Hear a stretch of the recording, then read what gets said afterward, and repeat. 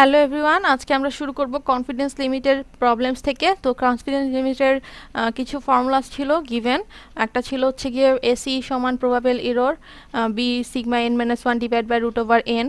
আর একটা ছিল হচ্ছে গিয়ে স্মল বি সমান 1 plus 1.3 K plus 1.1 K square তার রুট ওভার কে ছিল ফ্রিকোয়েন্সি ফ্যাক্টর। কে এর ভ্যালু আমরা আগে গাম্বেলস মেথডের যেই ফর্মুলা ছিল সেই ফর্মুলা দিয়েই কাজ করব।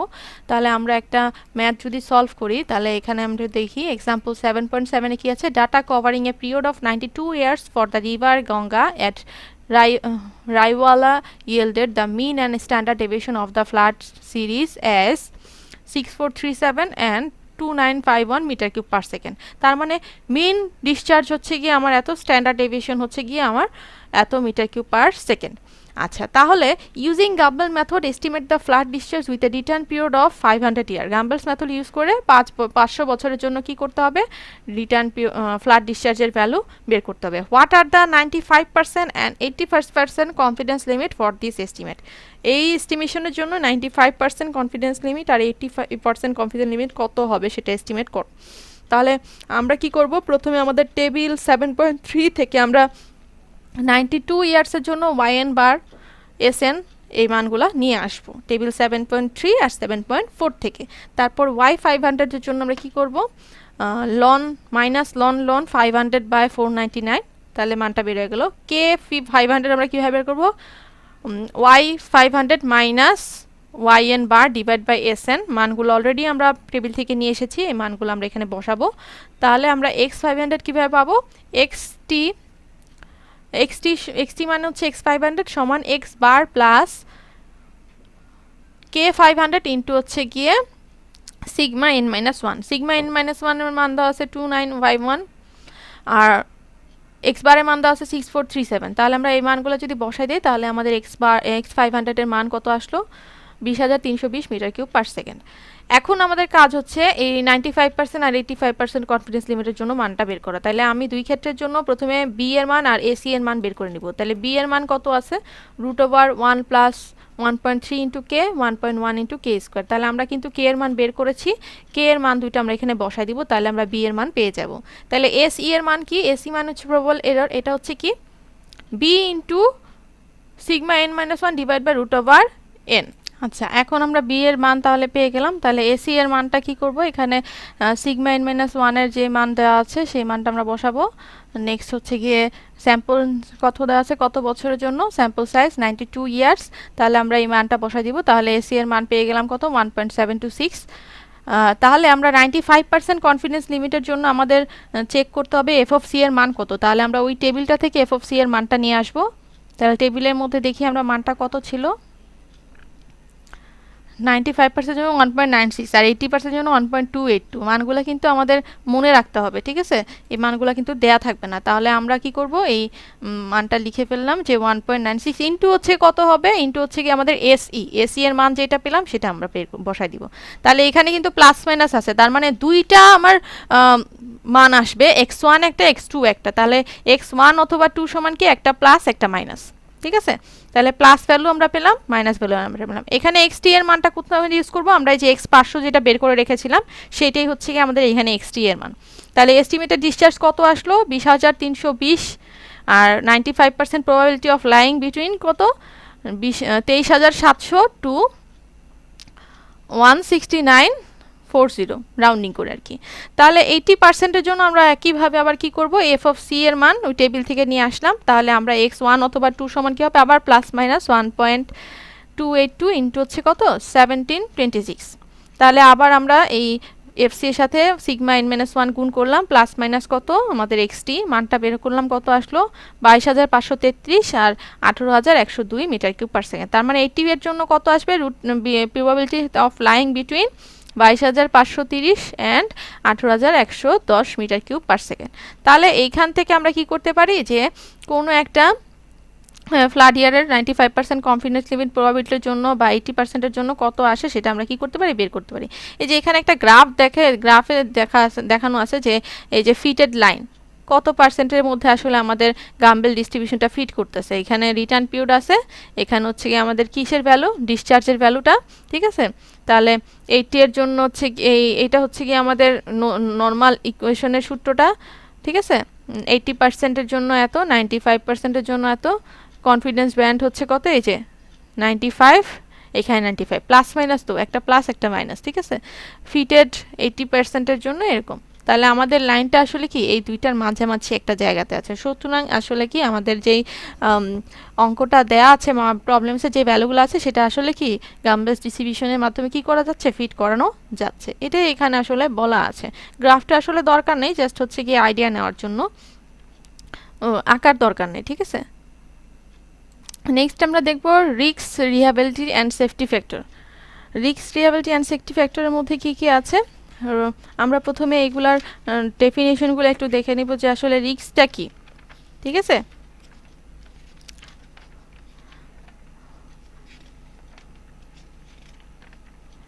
The probability of occurrence of an event x greater than or equal xt at least once over a period of a n successive years is known as risk.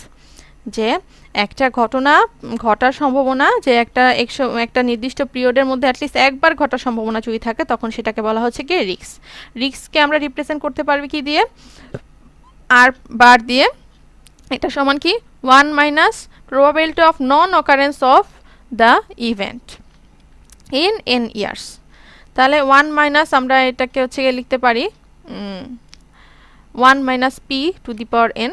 P এর মানে আমরা জানি 1/t, তাহলে 1 minus 1/t to the power n, ঠিক আছে। এইটাকে আবার বলা 1 মাইনাস 1/t কে আবার বলা যায় হচ্ছে গিয়ে কিউ, ঠিক আছে। আচ্ছা, তাহলে পি হচ্ছে গিয়ে প্রবাবিলিটি, টি হচ্ছে রিটার্ন পিরিয়ড, আর রিহ্যাবিলিটি কি, রিহ্যাবিলিটিকে আমরা রিপ্রেজেন্ট করবো হচ্ছে আর ই দিয়ে। রিস্ক থেকে রিস্কের যে ভ্যালুটা আছে সেটাকে যদি আমরা 1 থেকে বিয়োগ করি তাহলে যেই মানটা থাকবে সেটাই হচ্ছে কি রিহ্যাবিলিটি। It can be seen that return period for which a structure should be designed depends upon the acceptable level of risk. যে আমরা একটা ডিজাইন স্ট্রাকচার যদি করি সেটা আসলে কিসের উপর ডিপেন্ড করে, যে অ্যাকসেপ্টেন্স লেভেল অফ রিস্কের উপর। In practice acceptable risk is governed by economic and policy consideration. অবশ্যই সেটা কি ইকোনমিক অ্যান্ড পলিসি কনসিডারেশন চিন্তা করেই কি করা হবে, অ্যাকসেপ্ট করা হবে রিস্কের মানটা, ঠিক আছে। আচ্ছা, আমরা একটা ম্যাথ দেখতে পারি এখানে, example 7.11, a bridge has an expected life of 25 years and is design for a flood magnitude of return period 100 years. Number A, what is the risk of this hydraulic design? Number B, if a 10% risk is acceptable, what return period will have to be adopted? The risk R bar equal কি 1 minus 1/t to the power n।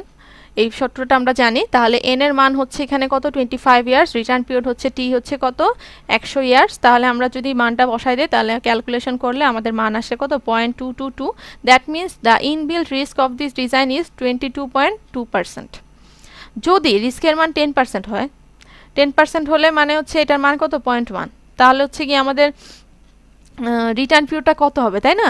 তাহলে return পিরিয়ডে আমরা যে formula, এখানে আমরা যে formula জানি, এখানে আর বারের মান আমরা 0.1 বসাই দিলাম, -1 - 1/t টু দি পাওয়ার কত 25। তাহলে আমরা এখানে যদি সাইড চেঞ্জ করে নিয়ে আসি, 1টা এই পাশে নিয়ে আসি, তাহলে কত হয় 0.1 - 0.1 করলে 0.9। তাহলে এখান থেকে যদি ক্যালকুলেশন করি টি এর মান চলে আসলো কত 238 ইয়ার্স অথবা 248 ইয়ার্স রাউন্ডিং করে। তার মানে 10% অ্যাকসেপ্টেবল রিস্ক যদি আমরা চাই তাহলে bridge will have to be design for a flood of return period of 240 years, ঠিক আছে। 240 বছরের জন্য আমাদের কি করতে হবে, ডিজাইন করতে হবে, ঠিক আছে। আচ্ছা, নেক্সট আমরা দেখব example 7.12, analysis of annual flood series of A river yielded a sample mean of 1000 meter cube per second and standard deviation of 500 meter cube per second. Estimate the design flood of a structure on this river to provide 90% assurance that the structure will not fail in the next 50 years. Use Gumbel's method and assume the sample size to be very large. Gumbel's method use করে এবং assume করে যে sample size is to be very large. তাহলে এখানে আমাদের X bar দেওয়া আছে কত 1000 metre cube per second, standard deviation কত আছে sigma n - 1 500 metre cube per second. তাহলে রিহ্যাবিলিটেশনের মান দেওয়া আছে কত আমাদের 90% অ্যাসিউরেন্স, তারপরে 0.90। তাহলে 1 - 1/t টু দি পাওয়ার, আমার এটা কত বছরের জন্য ছিল 50 বছরের জন্য, তাহলে টু দি পাওয়ার 50, এটা সমান হচ্ছে কি আমার 0.9। তাহলে এখান থেকে টি এর মান আমরা বের করতে পারি, টি এর মান আসলে কত 475 ইয়ার্স, ঠিক আছে। আচ্ছা, তাহলে আমরা হচ্ছে গিয়ে ফ্ল্যাটের মানটা কি করব, এক্সটি এর মান কিভাবে বের করব, টি এর মান পেয়ে গেছি, তাহলে আমরা ওয়াইটি বের করতে পারবো minus ln into ln 475 divide by 474। তাহলে কে এর মান বের করতে পারবো আমরা ওয়াই এন এস এন এই মানগুলা কোত্থেকে নিয়ে আসবো, টেবিল থেকে নিয়ে আসবো। কত বছরের জন্য, 50 বছরের জন্য মানগুলো বসাই দিব, তাহলে আমরা কে পেয়ে যাব। তাহলে দেখো আমরা কে জানি, ওয়াইটি জানি, সিগমা এন মাইনাস 1 জানি, তাহলে এই মানগুলো আমরা সব এক্সটি এর ইকুয়েশনে বসাই দিব। এক্সটি সমান এক্স বার প্লাস কে ইন্টু সিগমা এন মাইনাস 1। তাহলে আমরা এখান থেকে হচ্ছে গিয়ে এক্সটি এর মান পেলাম কত, 3177 metre cube per second.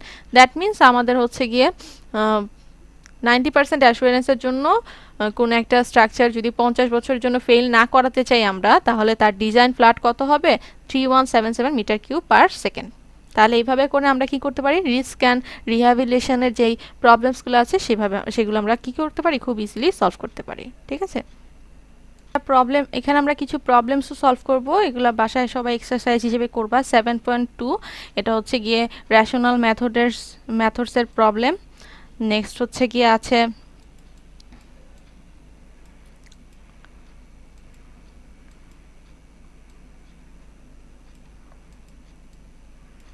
7.13 Gumbel's extreme values distribution এর প্রবলেমস।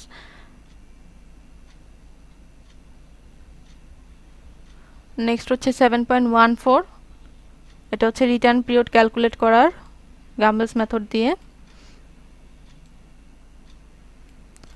নেক্সট হচ্ছে গিয়ে 7.21 গাম্বেলস মেথড ডিস্ট্রিবিউশনের অঙ্ক। তারপরে আছে হচ্ছে গিয়ে 7.26 7.27। এই তো এই প্রবলেমসগুলো মোটামুটি আমাদের সিমিলার প্রবলেমস। ঠিক আছে, তাহলে আমাদের মোটামুটি চ্যাপ্টার 7 শেষ। Thank you everyone.